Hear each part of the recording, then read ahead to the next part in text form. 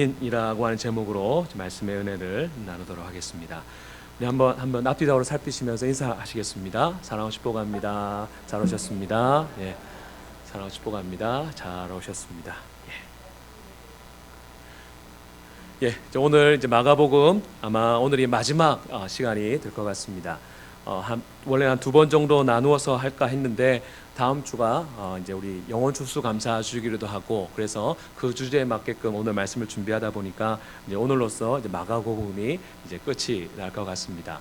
2017년 8월부터 지금까지 해서 총 55회를 설교를 이 마가복음 가지고 했습니다. 그러니까 원고지로 따지면 책 한 550페이지 정도 되더라고요. 그렇게 하면서 일단 들어주셔서 감사합니다. 나중에 책거리 할 겁니다. 떡을 준비했습니다. 나중에 같이 또 감사의 또 은혜를 또 나누었으면 좋겠습니다. 오늘 본문을 우리가 잠시 보기에 앞서서 우리 지난주 잠시 기억을 하고 좀 넘어갔으면 좋겠습니다. 지난주 예수님께서 십자가에서 죽으시고 장사 되심을 통해서 우리와 하나님 사이의 담, 또 사람과 사람 사이의 담이라고 할 수 있는 민족과 계층 간의 담, 그리고 나와 나 사이의 담이라고 할 수 있는 한 개의 담이 예수님께서의 그 죽으심과 장사되심을 통하여서 이제 무너지게 되었다는 것을 우리가 살펴보았습니다. 그리고 오늘 본문에서는 그 예수님께서 이제 구원의 완성이라고 할 수 있는 부활하심과 승천하심을 오늘 본문은 우리에게 소개하고 있습니다. 특별히 오늘 본문은 안식 후 첫날, 그러니까 안식일 지난 그 다음 날이니까 오늘로 말하자면 주일입니다. 오늘 같이 주일 아침에 예수님께서 부활하셨고, 그 부활하신 그 예수님을 만난 여러 부류의 사람들의 반응에 대해서 오늘 본문은 우리에게 기록을 하고 있죠. 그 중에 대표적으로 오늘 본문을 보면 예수님과 3년 동안 동행했던 그 예수님의 제자들이 예수님의 부활 소식을 듣고 믿지 못했다라고 하는 것을 이제 먼저 소개하고 있습니다. 막달라 마리아가 왔고 엠마오로 가던 두 제자가 와서 예수님 부활하셨다라고 그렇게 알려주었음에도 불구하고 그들이 믿지 못했던 거죠. 그들이 믿게 된 계기는 예수님께서 직접 나타나셔서 보여주심을 통해서 그들이 예수님이 부활하셨다고 하는 것을 믿게 되고, 그 이후로 그들이 부활의 확신을 가지고 오늘 본문의 제목처럼 부활의 증인으로서의 그러한 삶을 살게 되었노라 라고 하는 것이 바로 본문의 내용이라 할 수 있습니다. 그래서 저는 오늘 이 본문 말씀을 통해서 제목은 부활의 증인이지만 조금 더 완성된 제목이라고 하면 누가 부활의 증인이 될 수 있고 되어야 하는가라고 하는 그러한 관점을 가지고 오늘 말씀을 잠시 나누도록 하겠습니다. 첫 번째로 누가 부활의 증인이 될 수 있는가 하면 한번 따라해 보시겠습니다. 예수님께 은혜를 받은 사람,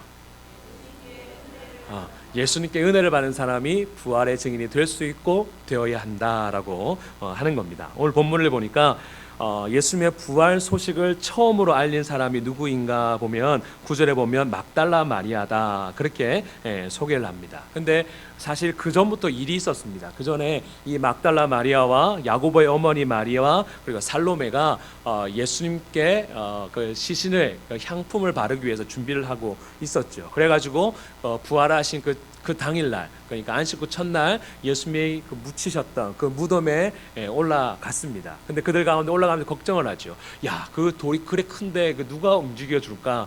그렇게 서로 고민을 이야기하면서 올라갔는데 막상 가보니까 돌이 어떻게 됐습니까?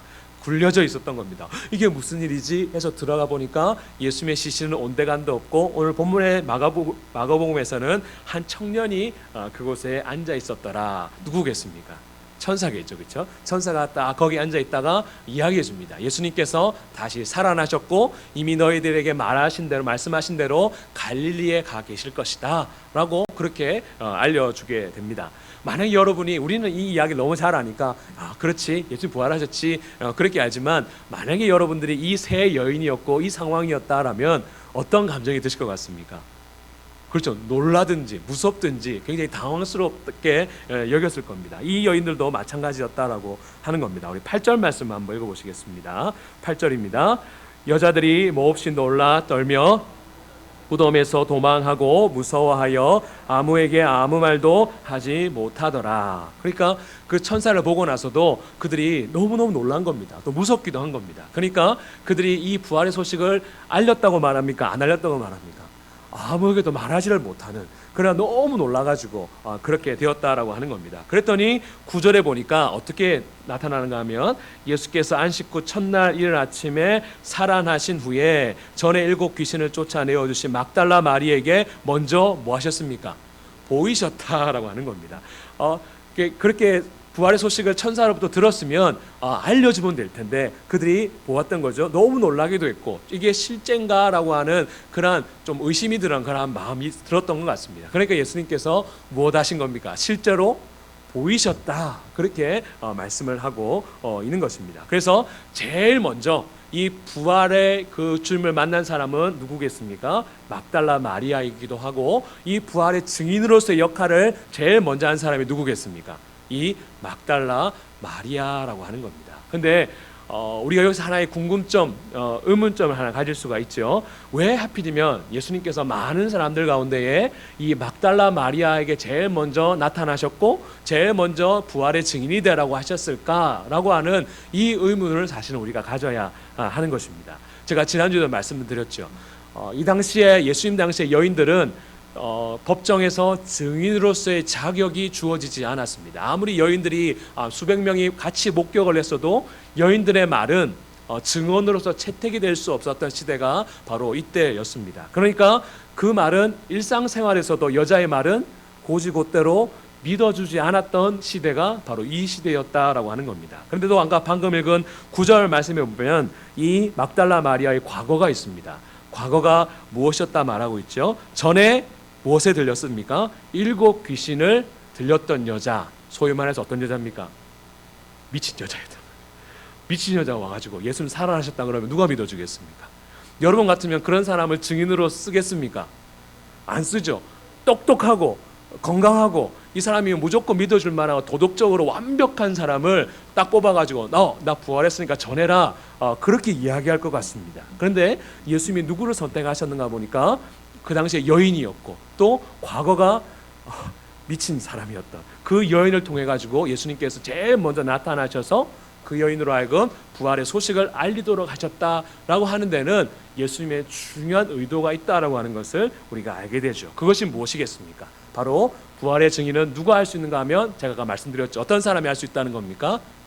은혜를 받은 사람, 예수님을 사랑하는 사람, 그 사람이 바로 예수님의 증인, 부활의 증인이 될 수 있다라고 하는 겁니다. 사회적으로, 세상적으로 조건이 좋은 사람이거나 똑똑한 사람이거나 건강이 좋은 그러한 사람이 아니라 예수님께로부터 은혜를 받은 사람, 그래서 그 예수님의 받은 은혜 때문에 예수님을 사랑하는 그 사람이 바로 예수님의 부활의 증인에서의 최고의 조건을 가진 사람이다 라고 말씀을 하고 있는 것입니다. 사랑하는 여러분, 여러분은 예수님께로부터 은혜를 받으신 게 없으시죠? 측량할 수 없을 만큼 큰 은혜를 받은 사람이 저와 여러분들 아니겠습니까? 그래서 그 은혜 때문에 우리가 예수님을 사랑하고 주의 몸된 교회를 사랑하는 것 아니겠습니까? 그런 사랑이 있다라면, 그런 은혜를 받았다라면 누구든지 우리는 부활의 증인이 될 수 있는 자격이 있고 부활의 증인이 되어야 한다라고 하는 것을 바로 우리에게 말씀을 하고 있는 것입니다. 그래서 예수님께서는 이 사람들이 다 무시했던 과거에 미친 사람이라고 그렇게 손가락질했던 이 막달라 마리아를 예수님께서 제일 먼저 만나주셔서 제일 첫 번째 부활의 증인이 되도록 하셨다라고 하는 것은 이 막달라 마리아가 은혜를 받았고 그 은혜 때문에 예수님의 십자가 달린 전이나 십자가 달린 후나 변함없이 예수님을 사랑하는 사람이었기 때문에 예수님은 이 막달라 마리아로 하여금 부활의 증인이 되도록 하셨다라고 하는 것입니다. 그래서 다른 건 없습니다. 여러분, 좀 안 똑똑해도 괜찮고 건강 안 좋아도 괜찮습니다. 내가 예수님 받았던 그 은혜가 있다라면, 또한 그 은혜 때문에 예수님을 사랑한다라면 저와 여러분들 주님께서 부르시고 있고 사용하실 것입니다. 그래서 이런 마음으로 주님 앞에 나아가시는 저와 여러분들이 될 수 있기를 바랍니다. 두 번째로 부활의 증인은 어떤 사람이 될 수 있는가 하면 이걸 한번 또 따라해 보시겠습니다. 말씀 듣고 마음에 뜨거움이 있는 사람. 네, 다시 한번, 말씀을 듣고 마음에 뜨거움이 있는 사람.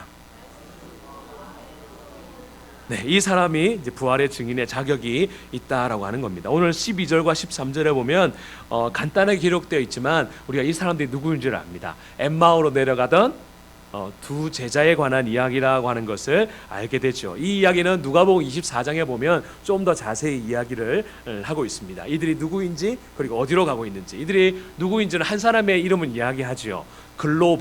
글로바라고 하는 사람과 또 한 명의 제자, 그러니까 12제자의 제자는 아니고 아마 예수님의 70명의 그 제자 가운데 한 사람인 것 같습니다. 그래서 글로바라는 한 제자와 또 한 명의 제자가 엠마오, 아마 자기의 자기의 고향으로 가는 그러한 길이었던 것 같습니다. 그런데 오늘 본문에 보니까 예수님께서 다른 모양으로 나타나셔서 그들과 동행을 쭉 하시지요. 하다가 예수님께서 그들에게 먼저 누가복음에서 물어보십니다. 너네들 걸어오면서 뭔가 이야기를 하던데 혹시 무슨 이야기를 했느냐? 그렇게 예수님께서 딱 물어보시니까 그들이 이런 식으로 대답을 합니다.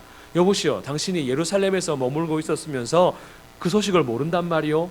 예수라는 분이 로마의 그 관리들과 바리새인들 때문에 잡혀가지고 십자가에 달렸다는 그 소식 듣지 못했소? 우리가 그 사람을 따른 사람이었어.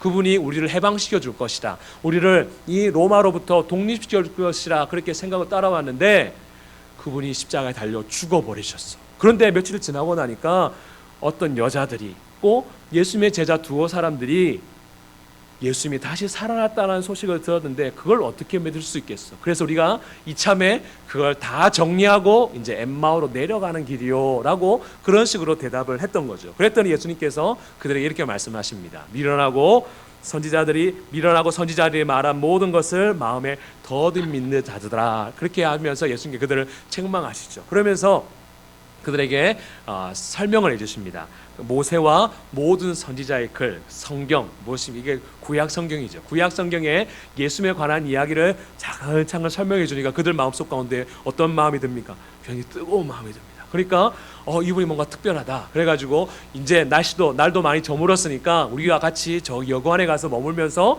우리 함께 더 이야기를 해주십시오. 그랬더니 예수님께서 그 초청에 응해가지고 그 여관에 들어가십니다. 그래서 그 여관에 들어가 식사를 하시면서 예수님께서 어떻게 하십니까? 떡을 떼사 축사하시고 마치 마지막 날 성만찬을 나누었던 것처럼 예수님께서 그런 예식을 쭉 해가니까 그들 눈이 밝아지죠. 밝아지니까 예수님이구나 라고 알았는데 예수님이 계셨습니까? 안 계셨습니까? 밝아졌을 때 예수님께서 안 계셨습니다. 그런데 그들이 그 예수님이라는 걸 딱 알고 엠마오로 가던 길에서 돌이켜서 예루살렘으로 제자들이 모여 있는 것으로 방향을 바꾸게 되었다라고 하는 것을 누가복음 이야기를 합니다. 그런데 그들이 이 계기, 부활의 증인이 된 계기에 대해서 누가복음 24장 32절과 34절은 이렇게 말합니다. 그들이 서로 말하되 길에서 우리에게 말씀하시고 우리에게 성경을 풀어주실 때에 우리 속에서 마음이 뜨겁지 아니하더냐 하고 곧 그때로 일어나 예루살렘에 돌아가 보니 11 제자 및 그들과 함께 한 자들이 모여 있어. 그렇게 말합니다. 그러니까 그들이 부활의 증인이 되기로 결정한 계기가 무엇인가 하면 말씀을 듣다가 마음이 뜨거워졌다. 뜨거워지면서 이분이 정말로 예수님이시구나, 부활하셨구나 라고 하는 것을 깨달으면서 다시금 엠마오에서 예루살렘으로 방향을 바꾸어서 그곳에가 있는 제자들에게 이 부활의 소식을 전하는 증인으로서의 사명을 감당하게 되었다라고 하는 겁니다. 그렇기 때문에 우리가 부활의 증인으로서의 자격이 있는 사람은 어떤 사람인가 하면 주의 말씀을 들을 때 마음에 감동이 있고 마음에 뜨거움이 있는 사람, 물론 그것을 행동으로 옮기는 것은 다른 차원의 문제일 수 있습니다. 그런데 그것에 대해서 마음에 뜨거움이 있고 감동이 있는 사람, 그 사람이 어떤 사람이라는 것입니까? 부활의 증인으로서의 자격이 있는 사람이다라고 하는 겁니다. 왜 뜨거움을 주시는가 하면 우리 가운데에 영적인 감각이 있기 때문에, 영적인 감각이 있다는 것은 결국에 그 사람이 하나님께 택한 사람이기 때문에, 택한 증인이기 때문에 하나님께서 그러한 사람에게 그러한 뜨거움의 감각을 주신다라고 하는 것이죠. 바로 그 사람이 부활의 증인이 될 수 있다라고 하는 것입니다. 여러분 어떠십니까? 말씀을 들을 때 싱숭생숭 밍숭맹숭 하십니까? 아니면 어쩌다가 마음속에 뜨거움이 있거나 마음속에 감동이 있습니까? 감동이 있다고 말씀하신 분들은 다 어떤 자격이 있는 겁니까?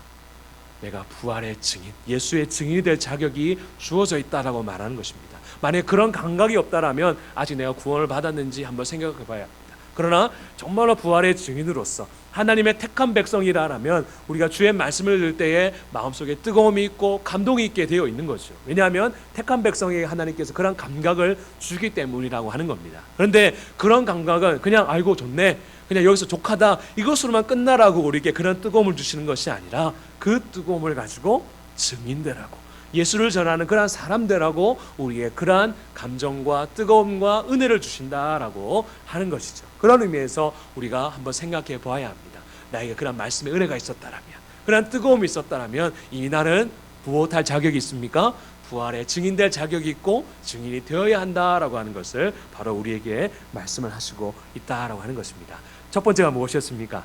예수님께 은혜를 받은 사람이 부활의 증인이 자격이 될 수 있고, 두 번째는 말씀을 통해서 은혜 받은 사람, 뜨거움 있는 사람, 그 사람이 바로 부활의 증인이 될 자격이 있다라고 하는 것이죠. 마지막 세 번째입니다. 마지막 세 번째로 누가 부활의 증인이 될 수 있는가 하면 이것도 한번 따라해 보시겠습니다.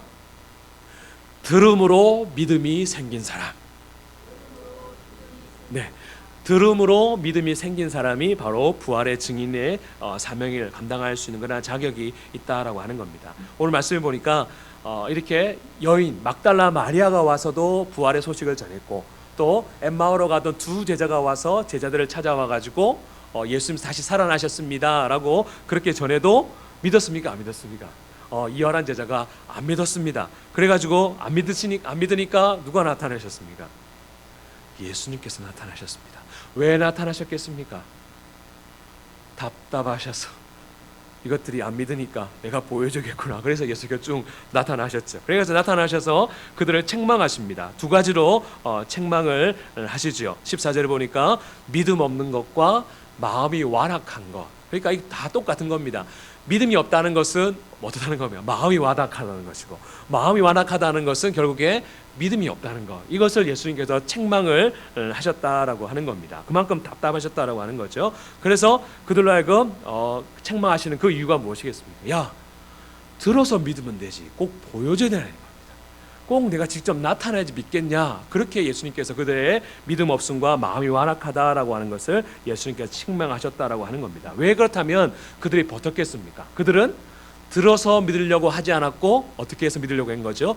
보고 믿으려 했기 때문이다라고 하는 겁니다. 그런데 예수님 입장에서 이렇게 생각할 수 있습니다. 보고 믿을 거라면 안 믿을 사람이 누가 있겠습니까? 다 믿죠. 그렇죠?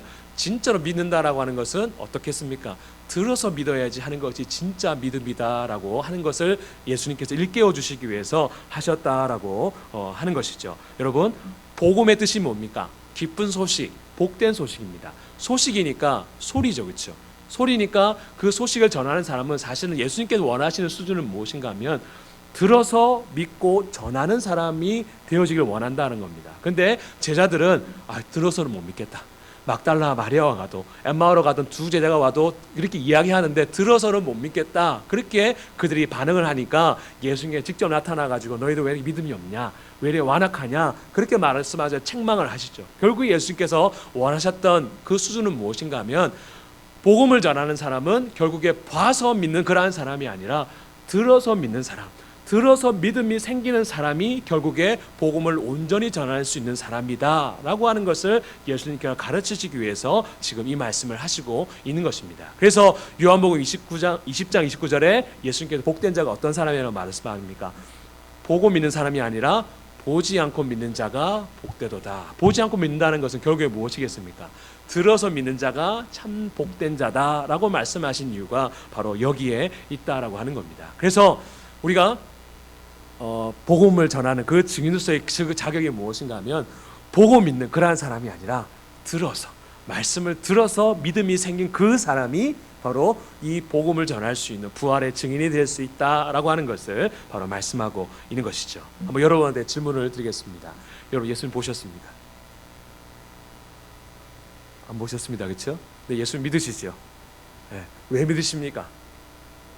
그렇죠. 말씀을 들어서, 예수님을 본 적이 없지만 이 기록된 이 말씀을 통해서, 이 말씀을 들음을 통해서 우리가 믿음이 생기게 되어졌고, 이 들음을 통해서 부활하신 예수님이 우리 가운데 믿어지고 있다라고 하는 것입니다. 그렇기 때문에 우리는 어떤 자겠습니까? 복된 자라는 겁니다. 아멘이시죠? 예, 복된 자라고 잉크뿐만 아니라 우리에게는 어떠한 자격이 주어졌는가 하면 앞서 말씀드린 것처럼 우리에게는 부활의 증인될 수 있는 자격이 우리에게는 충분히 주어져 있다라고 하는 겁니다. 왜 그렇습니까? 우리는 안 봐도 믿을 수 있기 때문에, 우리는 들음으로 믿어졌기 때문에 우리에게는 이미 그러한 은혜와 자격이 주어졌다라고 하는 것을 바로 우리에게 말씀을 하고 있는 것이죠. 바로 그렇기 때문에 저와 여러분들은 이미 부활의 증인으로서의 그 자격이 충분히 있다라고 하는 것을 말씀하고 있는 것입니다. 한번 정리하겠습니다. 오늘 방금 말씀드린 이 세 가지 중에 나는 하나도 포함이 안 됩니다 하시는 분들 손 들어 보십시오. 그러면 증인 안 하셔도 됩니다. 진짜로요. 안 하셔도 됩니다.